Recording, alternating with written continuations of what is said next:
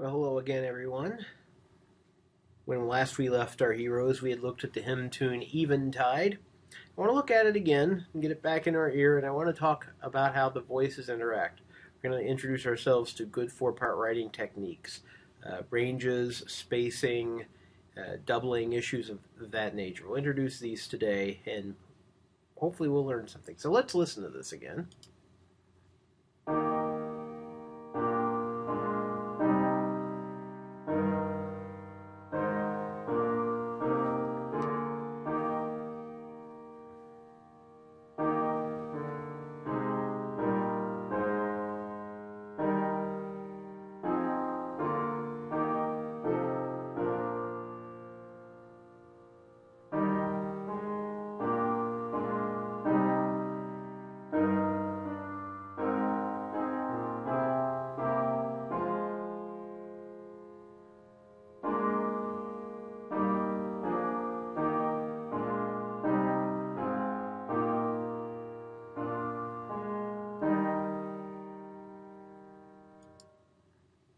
It's a great tune. It's very effective for what it does. But you'll notice that in Finale 2011, which is what I'm using here, that some notes are in black ink and their stems are pointing up. Some notes are in red ink and their stems are pointing down.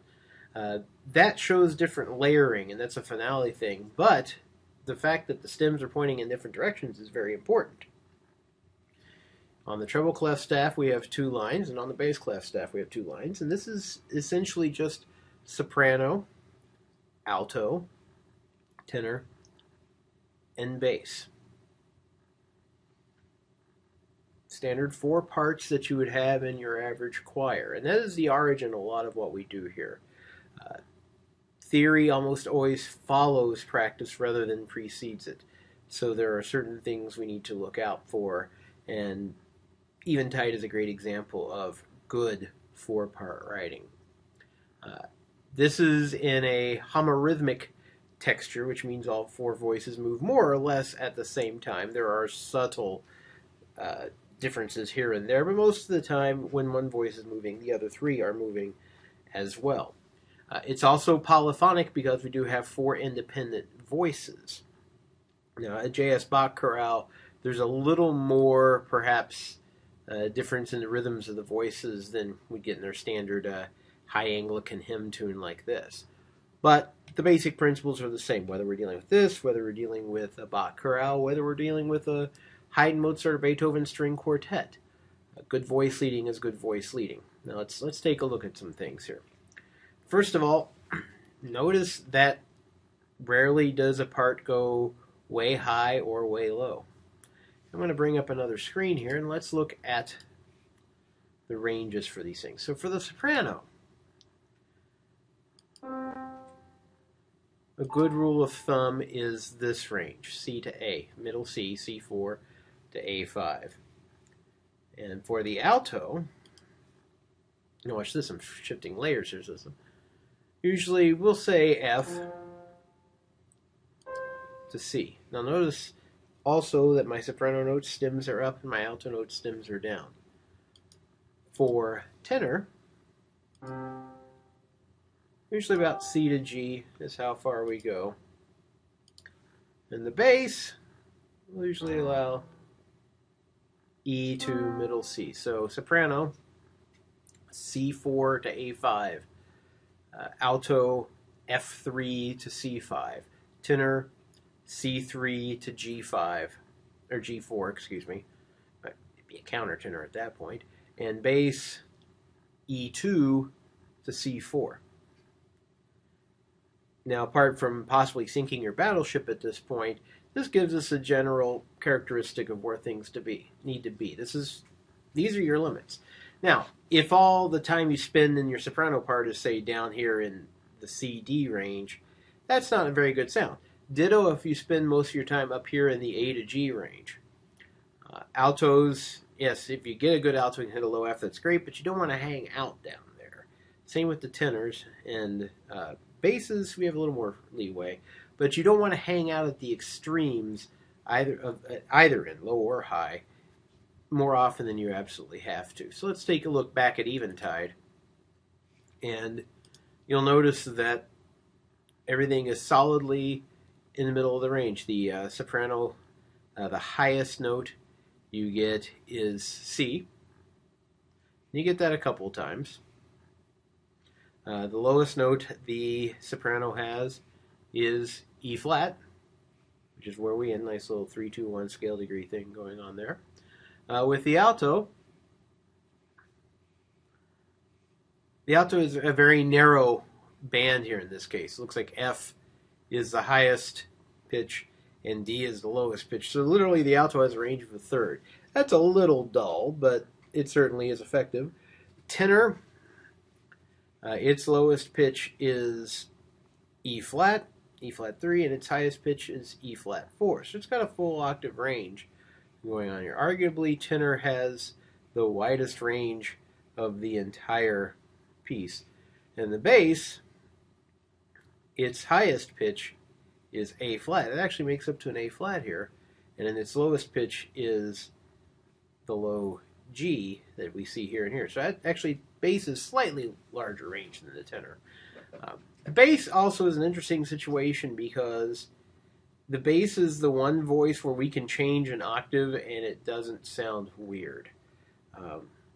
It would only sound weird if, say, you're approaching bass step. I would not put this E flat down here, for example, because then you'd have fa, sol, la, ti, do.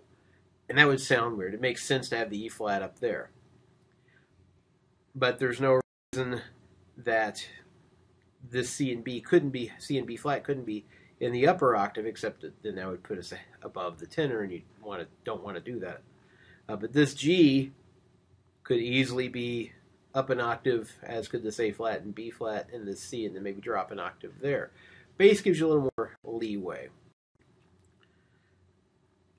You'll notice that sometimes the voices touch, such as right here when alto and soprano are on the same pitch.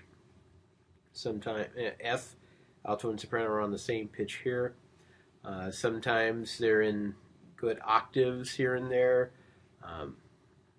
Bass and tenor are an octave apart here, along with the sopranos. So you have 3 octaves of B flat and 1 D going on there. But while they may touch, they rarely, if ever, cross. In this hymn tune, the alto is never higher than the soprano at any given moment. Same with the bass and the tenor, same with the alto to tenor. If it's a higher voice, it will be above, touching or above the next lower voice, but the lower voice will never go above it. That's true about 97% of the time. There are occasions where you might have a little voice crossing, but if you don't need to have the voices cross, don't do it. You'll also notice that, because the alto will go up to an F periodically, say right here where the alto goes up to an F, on both sides of it the soprano is higher. Whereas we see here when they're in unison on F here, the soprano stays the same, the alto jumps back down. So you don't even have to worry about it being higher on either side of it. That would be called voice overlap, and we'll get into more detail on that in class. But this is what we're looking at. Very basic 4-part writing. You've got these ranges that you really want to stick to and stick in the middle of them. It will really sound good. Think of all the literature that you've looked at that's in 4 parts. Even the stuff that's more modern, even stuff that does not operate by these tonal principles, still tends to hold to these ideals, which is why 4-part writing is such an interesting thing to study. Notice that the tenor has a big leap here, but just as in good counterpoint, that leap is approached and left by a step in the opposite direction. In the case of the soprano, its little 5th leap here, it's approached and left, approached by a step down, leap up, and then some stasis, an oblique motion before it moves down from there. When it happens here, the C almost feels like a neighbor tone, but leaps are usually followed by steps. And that is to make the motion more smooth, more like Billy D. Williams. So I think this is a good introduction to some of the things we'll have to deal with, things to watch out for, and we'll drill down on these in class. You'll notice that while you may have certain intervals in a row, like for example, We have 2/3 in a row here, but nobody's actually moving, so that's not necessarily the best example. 2/3 in a row here, D to F, E flat to G. That's acceptable. You'll notice the one thing you never actually see on here is 2 perfect fifths or perfect octaves in a row. That's a holdover from our old buddies in species counterpoint, where you could not have parallel perfect fifths or octaves. Now, that doesn't seem like it will be a big deal, but those little devils are sneaky. And you're always, like, for example, here you have E flat to B flat leap. We've got some other leaps going on. C down to G, G up to E flat, but none of those create 2 successive perfect fifths with E flat. So we're fine there. So you can have simultaneous leaps. It's not all leaps that are the problem. It's a very specific one where you have 2 perfect fifths harmonically in a row. So we'll drill down in this a little further in class. We'll have some fun with it. And in the meantime, keep looking at hymn tunes, keep looking at Bach chorales, string quartet scores. All of it goes back to this idea of 4-part writing. We can also tie it into this idea of phrase structure and tonic, dominant tonic, which is very much on display here as well. But we'll save that for the next video. In the meantime, keep up on your studies. Have a great day.